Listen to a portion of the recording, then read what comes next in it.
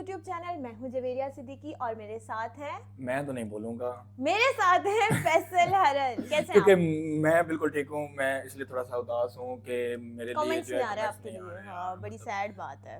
यार inside reaction नुकसान की है जो लड़का फैमिली होने है का। जो है वो कमेंट्स क्या करो आपको पता यार। है लड़का होने का कोई स्कोप नहीं है। कोई स्कोप नहीं है, कोई कोई स्कोप। स्कोप नहीं है, चलिए कोई कोई नहीं। बात नहीं। इनसाइड रिएक्शन जो है वो स्कोप बना देगी। वो हाँ सबको इम्पोर्टेंस देगी, हाँ, सबको जो सबके लिए कमेंट्स आएंगे, मेरे लिए भी, आपके लिए भी, ईशा के लिए भी, एलिजा के मेरे लिए लिए तो भी, आती है, मेरी आप सबके लिए। फिक्र ना कर। हाँ, जूलिया के लिए तो आते हैं यार, इनको कोई अब टेंशन नहीं है। मुझे टेंशन है कि यार मेरे लिए भी कमेंट कर दिया मेरा करो। पता लगे अब नायाब हो गया, ये तो ओवर हो गई है, इसको नहीं करना हमने। तो ओवर है। कैसी है इनसाइड रिएक्शन की फैमिली? कमेंट सेक्शन में अपने हाल चाल भी बताया करें, अच्छा, क्या ये चल बड़ा रहा है कहते जिंदगी हैं कि में। रिएक्शन, इस पे रिएक्शन दे, इस चीज पे रिएक्शन दे, बहुत आते हैं, बहुत जरा comments में जो बताते हैं। रिकमेंडेशन आ रही है तो वो हमें बहुत अच्छा लगता है, वो बहुत हमें एक अच्छा लगता योगी है। जी हैं, उन पे भी हमने करनी है, उन पे बिल्कुल भी हमने- करेंगे, लेकिन वो सारा होता है कुछ। ना कि रिलीजियस है, तो हमसे कोई गलती ना हो, जैसे हम हाँ, थोड़ा सा अवॉइड करते हैं कि हाँ। भाई वो एक और रिलीजियस नेगेटिव पर्सनालिटी है। चीजों हाँ। को और इन चीजों को वो हम जो है ना, नेगेटिव नहीं, वो बस वैसे मतलब ही। कि हम जो जितनी भी कंट्रोवर्शियल चीजें हैं उस पे कोशिश करते हैं कि मतलब कि क्या ही बात की जाए, बस अगर हम वो करेंगे, बहुत ही उस पे इंपॉर्टेंट करेंगे, हुई हाँ। तो हम करेंगे, जरूर करेंगे। अच्छा। आज हमारे पास वीडियो है how Odisha became India's most influential state. State. तो ये एक बहुत बड़ा अच्छा, मुझे क्वेश्चन लगा है। था कौन सा वर्ड है वो, महाराष्ट्र करके है वो। मेरे आपको मेरी जबान से भी महाराष्ट्र करके एक है, हाँ। वो सबसे ज्यादा फेमस स्टेट है, बट आई थिंक ओडिशा है सबसे ज्यादा इन्फ्लुएंशियल स्टेट है। और ये क्यों है, क्या फैक्टर्स हैं, क्या पॉइंट्स हैं, कौन से सेक्टर्स हैं, ये सारी चीजें हमें पता लगेंगी इस वीडियो में। तो वीडियो को देखते हैं और वीडियो देखने के बाद अपना ओपिनियन आपके साथ बिल्कुल डिटेल के साथ शेयर करेंगे। वीडियो को एंड तक जरूर देखना है। नए हैं तो चैनल को सब्सक्राइब कर लें, वीडियो अच्छी लगे तो लाइक कर लें। तो स्टार्ट करते हैं। ओडिशा टूरिज्म की टैगलाइन है इंडियाज बेस्ट केप्ट सीक्रेट। और ये लाइन इसलिए एकदम परफेक्ट है क्योंकि ज्यादातर लोग इस स्टेट के बारे में ज्यादा कुछ जानते ही नहीं है। ये वो स्टेट है जहाँ पर 1999 में साइक्लोन आया था तो 10,000 से भी ज्यादा लोगों की जानें चली गई। लेकिन आज यूएन यहाँ के डिजास्टर मैनेजमेंट को एक अचीवमेंट बताती है। कभी इस स्टेट को भारत के गरीब स्टेट्स में गिना जाता था, लेकिन आज के दिन भारत में हॉकी के रिवाइवल में इस स्टेट की स्पॉन्सरशिप का सबसे बड़ा हाथ है। और आज के दिन यहाँ पर हॉकी और फुटबॉल के वर्ल्ड कप होस्ट हो रहे हैं। हजारों साल पुराने टेंपल से लेकर भारत की लार्जेस्ट लेक वाला ये स्टेट बंगाल के साथ रसगुल्ला के ओरिजिन पर क्लेम कर सकता है, लेकिन खीर पक्का यहीं ओरिजिनेट हुई है और यहाँ की स्टैंड आर्ट तो पूरे देश में वर्ल्ड फेमस हो चुकी है। भारत के राष्ट्रीय गान में उत्कल और इतिहास में कलिंग नाम से फेमस भारत का ये मोस्ट अंडररेटेड स्टेट है ओडिशा। लास्ट कुछ ईयर्स में ये स्टेट देश के अंदर one of the fastest growing state बन चुका है। माइनिंग से लेकर मैन्युफैक्चरिंग, एचडीआई से लेकर एफडीआई, हर फील्ड में ओडिशा तेजी से आगे बढ़ रहा है। लेकिन ये जर्नी बहुत ज्यादा डिफिकल्ट थी और आज के इस वीडियो में हम इसी जर्नी को डिटेल में समझने की कोशिश करते हैं। आइए देखते हैं। The eastern Indian state of Odisha was hit by one of the most devastating cyclones in the region on 29th October 1999. As many as 10,000 people are reported to have died. Now in 2021, Odisha has braved cyclone Yas, limited the casualties to single digits. मैं आज उड़ीसा सरकार का भी धन्यवाद करना चाहता हूं कि नक्सल आंदोलन को नकेल कसने में उड़ीसा ने और नवीन बाबू ने हमेशा हमारा समर्थन किया है।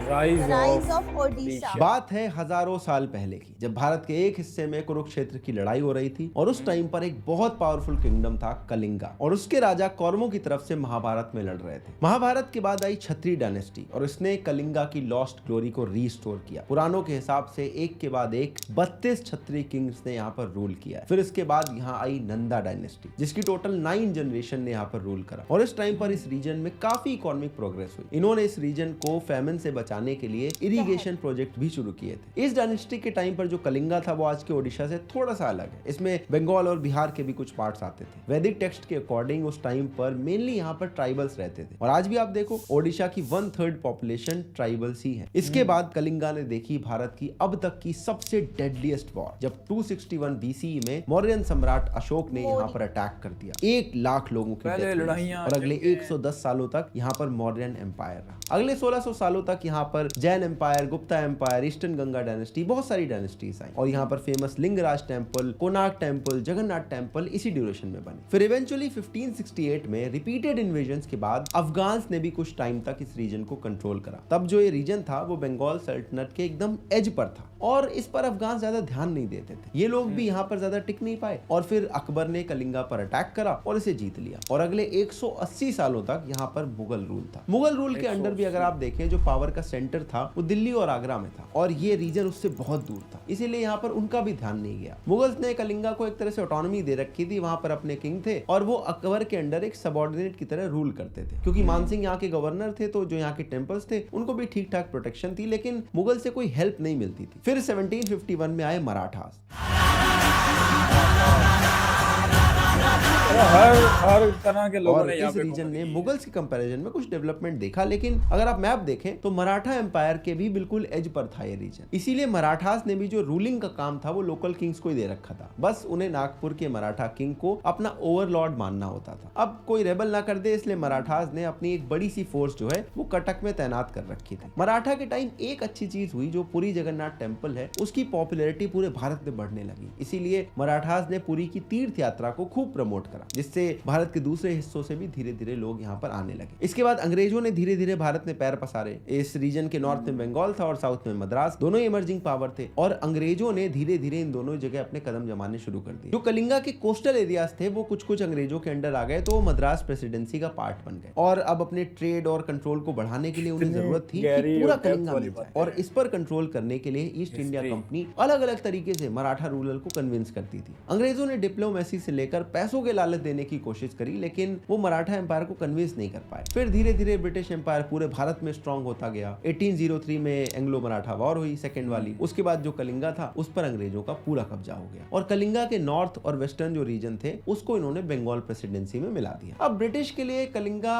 बंगाल और मद्रास प्रेसिडेंसी के बीच में एक बफर जोन की तरह था, क्योंकि यहाँ पर ट्राइबल पॉपुलेशन बहुत हाई थी, नेचुरल डिजास्टर भी इस रीजन में आती थी। इसीलिए जो ब्रिटिशर्स थे इन्होंने इस पूरी जगह पे ध्यान देने के बजाय मद्रास प्रेसिडेंसी और बंगाल प्रेसिडेंसी पर ज्यादा ध्यान दिया और कलिंगा का जो डेवलपमेंट था वो नहीं हो पाया। ब्रिटिशर्स ने ना ही यहाँ पर रोड बनवाई ना ही कोई इंफ्रास्ट्रक्चर खड़े किए और इसी वजह से जो ब्रिटिशर्स का टाइम था उस टाइम पर यहाँ पर गरीबी बढ़ने लगी। ब्रिटिशर्स की इग्नोरेंस की वजह से 1866 में आया कलिंगा की हिस्ट्री का सबसे बड़ा फैमिन। इस रीजन में एक तरफ थे घने जंगल और दूसरी तरफ था समंदर, इसीलिए जो लोग भी थे वो भी यहाँ से माइग्रेट नहीं कर पाए और ऑलमोस्ट 10 लाख लोगों की भूख की वजह से जान चली गई। अंग्रेजों की इग्नोरेंस से परेशान और आजादी की होप में 1903 के अंदर उत्कल सम्मेलनी ने एक डिमांड करी कि उन्हें ओडिया स्पीकिंग रीजन को यूनिफाई करके एक स्टेट बनाया जाए। फिर 1912 में ओडिशा बना, तब ओडिशा प्रोविंस के अंदर बिहार भी आता था जो कि 1936 में अलग हो गया और फाइनली ओडिशा एक सेपरेट स्टेट बन गया। अब अफगान, मुगल, मराठा, ब्रिटिश ये सारे एम्पायर में आपने नोटिस किया होगा कि ओडिशा कभी स्ट्रेटेजिकली लोकेटेड नहीं था, इसीलिए रूल इस पे सबने किया लेकिन सिर्फ एक्सप्लॉइट करने के लिए, कभी डेवलपमेंट का काम नहीं। और इवेंचुअली अंग्रेजों का जो काला दौर था वो खत्म हुआ। 47 में भारत आजाद हुआ। उस टाइम पर ओडिशा को अगर आप देखें पूरे भारत में ये सबसे गरीब स्टेट्स में एक आता था। इनफैक्ट यहाँ इतनी गरीबी थी कि बाद में इंदिरा गांधी ने जो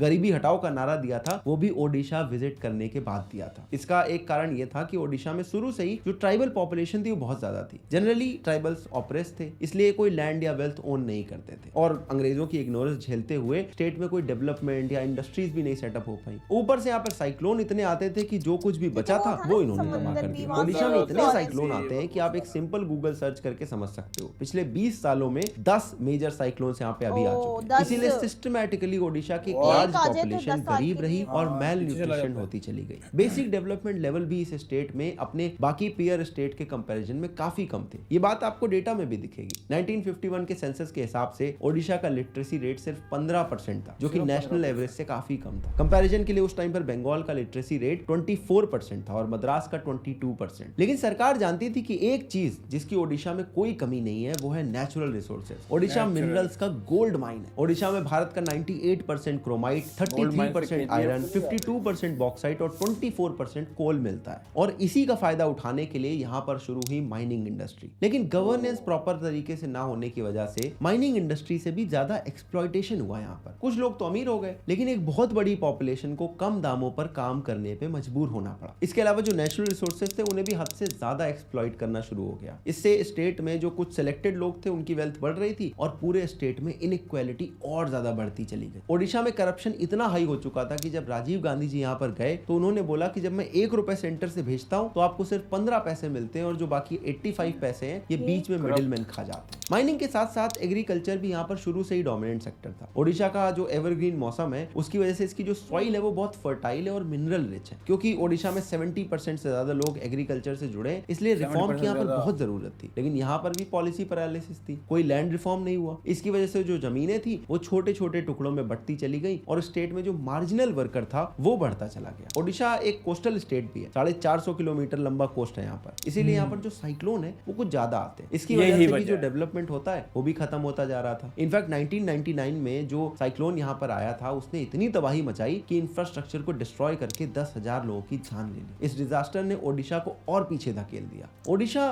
बस एक होपलेस केस बनकर रह गया था। पॉलिटिकली देखा जाए तो ओडिशा ज्यादा स्टेबल स्टेट भी नहीं रहा, क्योंकि यहाँ पर 1980 आते आते ही 6 बार प्रेसिडेंट्स रूल लग चुका था। पार्टीज में हमेशा से कांग्रेस और जनता पार्टी यहाँ पर डोमिनेंट थी, इसीलिए 1947 से 2000 के बीच में अगर आप देखें तो ओडिशा भारत का सच में ही एक बेस्ट केप्ट सीक्रेट बन के रह गया था। लेकिन लेट 90s में ओडिशा को एक ऐसे सीएम मिले जिससे ओडिशा में एक उम्मीद जगी। इनका नाम था बिजू पटनायक। और अंग्रेजों से लेकर आजादी के बाद की जो सेंट्रल गवर्नमेंट की इग्नोरेंस थी, इससे जूझते हुए इस स्टेट को एक उम्मीद जगी कि शायद अब कुछ हो सकता है। लेकिन तभी 1997 में इनकी भी डेथ हो गई और अगले 5 सालों में ओडिशा के अंदर 3 नए सीएम बने और एक बार फिर से पॉलिटिकल इंस्टेबिलिटी आ गई। इस टाइम पर बिजू पटनायक के बेटे थे नवीन पटनायक। ये दिल्ली के ओबराय होटल में साइकेडेली नाम से एक बुटीक चलाते थे। नवीन पटनायक यूएस से वापस आए थे और इन्हें ओडिया बोलनी भी नहीं आती थी। तो जो फॉर्मर प्राइम मिनिस्टर आईके गुजराल है, इन्होंने इन्हें पॉलिटिक्स में आने के लिए कन्विंस करा। फिर इन्होंने जनता दल से अलग होकर अपनी एक पार्टी बनाई, बीजू जनता दल यानी बीजेडी। 1998 के लोकसभा इलेक्शन में इन्होंने बीजेपी के साथ कॉन्टेस्ट करा और 12 में से 9 सीटें इन्हें मिल गई। 99 में जो साइक्लोन आया तो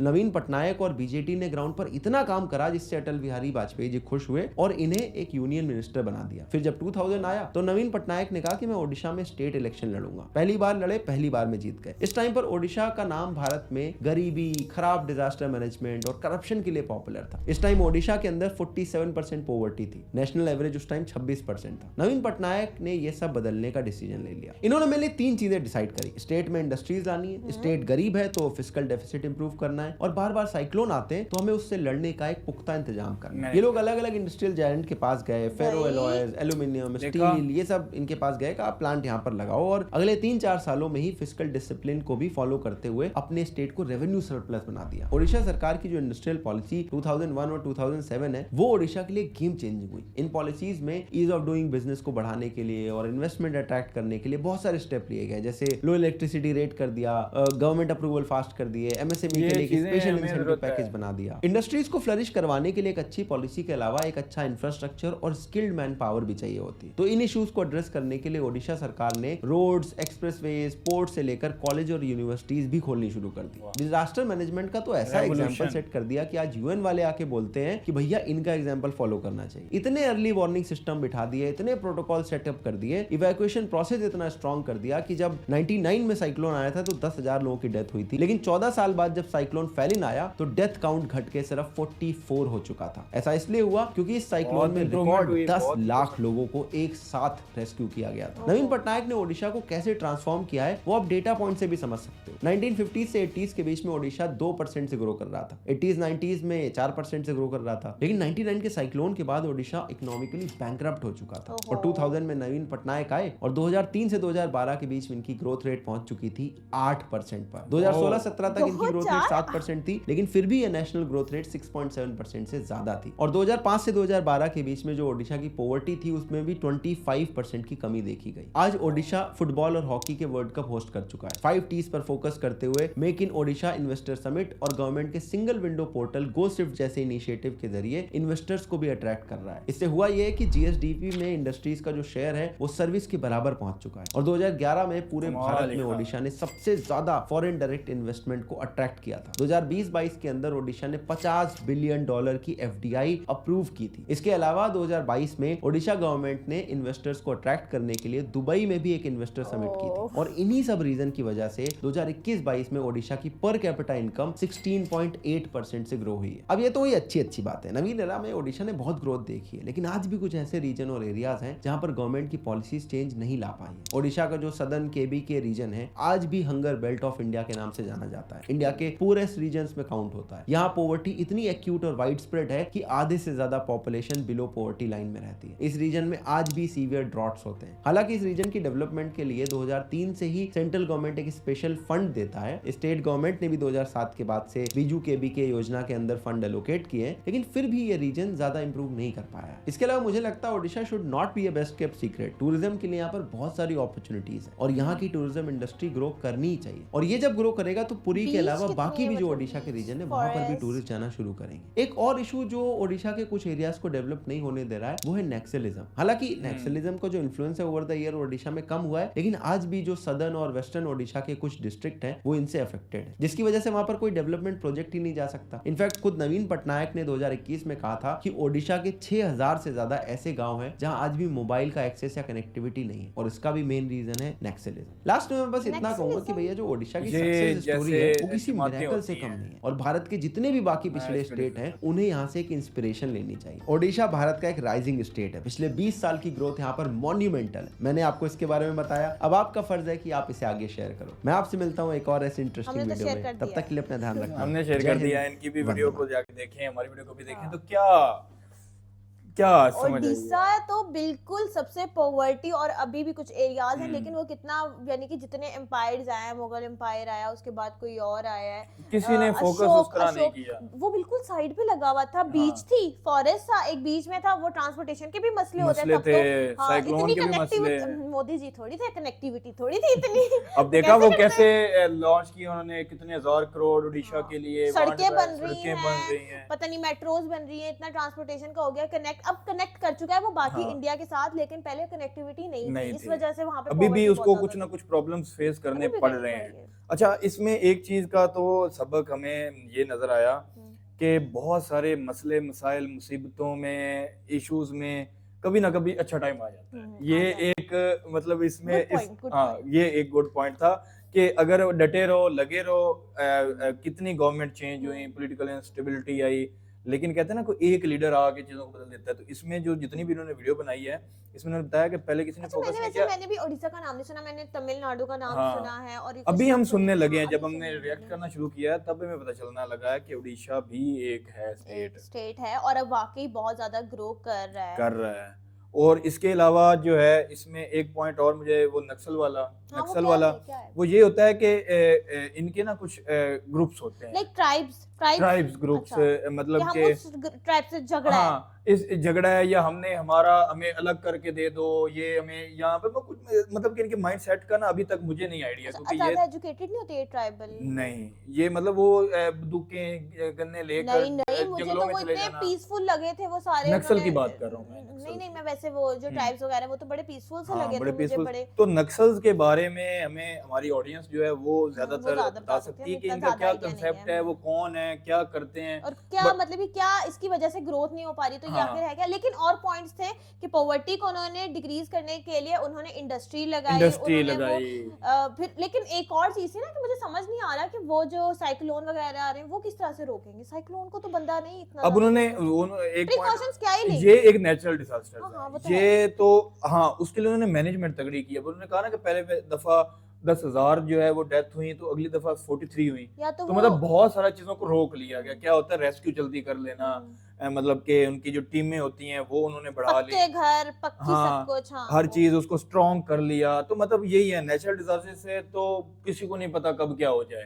तो लेकिन उसके लिए जैसे कि पाकिस्तान के नेचुरल डिजास्टर्स हैं, हर दफा सैलाब आता है, तो हम अभी तक उसकी मैनेजमेंट नहीं कर पाए कि सैलाब जब आएगा तो हम उसको कैसे रोकेंगे। जब आ जाता है तो फिर आ जाता है, तबाही मचा जाता है, उससे पाकिस्तान की इकोनॉमी को बहुत ज्यादा लॉस हो जाता है। कितने फार्मर्स के जो पक्की पकाई इनका भी यही हुआ है कि वो साइक्लोन की वजह से वो तरक्की ही नहीं कर पाए उस तरह से।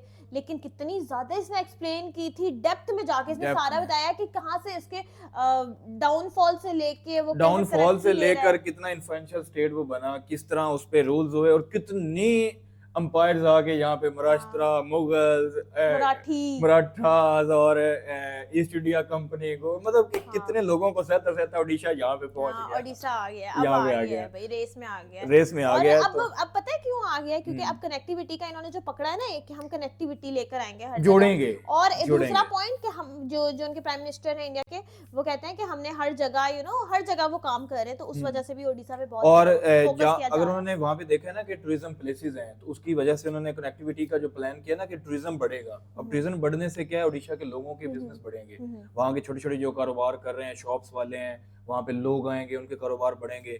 तो मतलब कि एक सोने की चिड़िया थी। अच्छा, ओडिशा से कौन कौन देख रहा है वो हमें वो जरूर भी हमें बताएं, बताएं, वो और बताएं। ओडिशा के रिलेटेड जो फैक्ट्स हैं, जो चीजें हमें नहीं आइडिया, वो भी हमें बताएं, और ज्यादा से ज्यादा एक्सप्लेन करें कि ओडिशा में क्या चल रहा है, ओडिशा कहाँ से कैसे आया।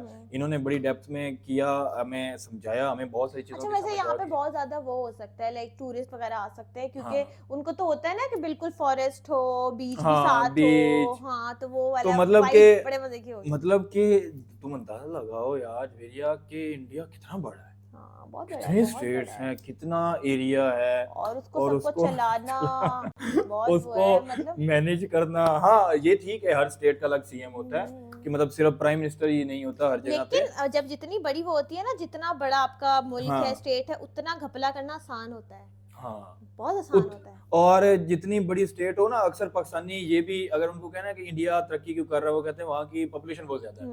तो पॉपुलेशन मुश्किल बहुत होता है। ज्यादा होना बहुत प्रॉब्लमेटिक होता है, आपको संभालना पड़ता है उन संभालना सबको, पड़ता आपको है। देखना पड़ता है, नजर रखनी पड़ती है जो हाँ। गवर्नमेंट होती है कि तो कहाँ पे कम कौन ब्यूरोक्रेट्स क्या कर रहे क्या हैं, कर रहा है, पता- तो कम पे आप ज्यादा फोकस कर सकते हो, और ज्यादा आपको संभालना। छोटी अगर कोई ऑर्गेनाइजेशन है, आप सब पे नजर रख सकते हो। बड़ी ऑर्गेनाइजेशन पे फिर कुछ भी हो रहा होता है, एम्प्लॉइज कुछ भी कर रहे होते हैं, लूडो भी खेल रहे होते हैं कहीं ना कहीं होता है, वही होता है। सो ओवरऑल इस वीडियो में भाई ने बड़ा डीपली हमें एक्सप्लेन किया है, हमें बहुत सारी चीज़ों के बारे में पता चल गया, जो रह गई हैं वो आप हमें बता दें।